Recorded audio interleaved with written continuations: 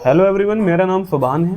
जैसा कि आप जानते हैं कि आरओ एआरओ की परीक्षा में 60 नंबर का वेटेज अकेले हिंदी का है और इसमें एडवांटेज ये है कि हमको बस 6 टॉपिक पढ़ने हैं और 6 टॉपिक से ही हमारे 60 के 60 नंबर हमको मिल जाने हैं। तो इसमें दिक्कत क्या आती है कि इसमें जो एवरेज स्कोर रहता है तो 45 से 50 का स्कोर रहता है और लोग ये सोचते हैं कि भाई हाँ 50 तक तो मैं स्कोर कर ही लूँगा, ये तो आसान ही है, ये तो हो ही जाएगा, लेकिन ये छलावा है अक्सर। तो इसमें करना क्या है कि हम आपको स्कोर जो है आप लेकर जाना है, क्योंकि इसमें दिक्कत ये आती है कि भाई हाँ 50 से स्कोर जो है 50 पर स्कोर आगे डक हो गया है,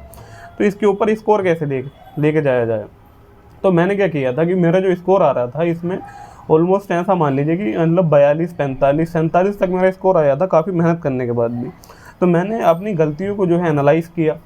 टेस्ट लगाए ज़्यादा से ज़्यादा। तो जैसे कि मैंने एक ये टेस्ट दिया था तो मैंने पर क्वेश्चंस के नीचे अपने थॉट प्रोसेस को लिखा कि भाई हाँ ये क्वेश्चन गलत हो रहा है तो इसमें मेरा थॉट प्रोसेस क्या लागू हो रहा है, कि मैंने क्या सोचा कि उस टाइम पे ये क्वेश्चन क्यों गलत हो गया।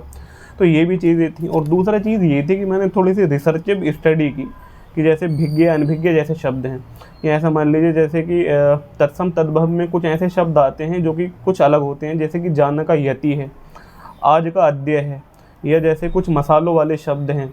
जैसे अजवाइन को यवनिका कहा जाता है। तो इसमें काफ़ी कन्फ्यूज़न हो जाती है कि हाँ आपने 1-2 दिन नहीं पढ़ा उस चीज़ को तो आप भूलने लगते हैं कि भी हाँ ये तो इसका अलग था। जैसे अजवाइन किसी ने पूछ लिया या मान लीजिए आपके टेस्ट में वो क्वेश्चन फेस हो गया तो आपको लगेगा भी यार यवनिका तो इसका हो ही नहीं सकता, क्योंकि मेल जोल नहीं है, क्योंकि जो तत्सम शब्द हैं संस्कृत के शब्द हैं। तो आप सोचेंगे कि भाई हाँ संस्कृत शब्द इसमें कोई भी सूटेबल हो जाए और आप लगा दें,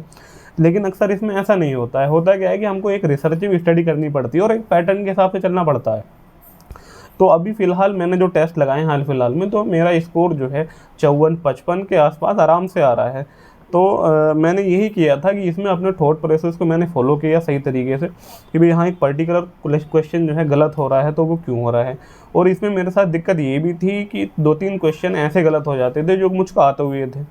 कि भाई हाँ ये तो मुझे क्वेश्चन आ ही रहा था, मुझे बाद में फील होता था भाई यार मुझे तो आ ही रहा था ये क्वेश्चन और ये क्वेश्चन रॉन्ग हो गया। तो मैंने उस चीज़ पे अपना ध्यान दिया और टेस्ट जो है ज़्यादा अलर्टनेस के साथ दिए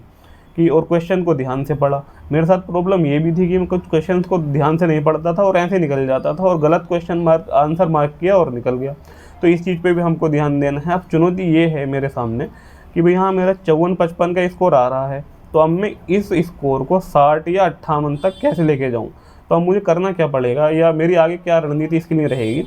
कि ज़्यादा से ज़्यादा चीज़ें पढ़ ली हैं, अब मुझ पे उनको रिसर्चेड स्टडी करनी है कि मतलब कोई अगर सिमिलर वर्ड्स हैं जैसे कि भिज्ञ अनभिज्ञ वाले ही शब्द अगर मान लीजिए तो इसमें आज्ञा क्या है विज्ञ क्या है, तो इस तरीके की रिसर्चिव स्टडी पे ध्यान देना है और ज़्यादा से ज़्यादा टेस्ट लगाने हैं।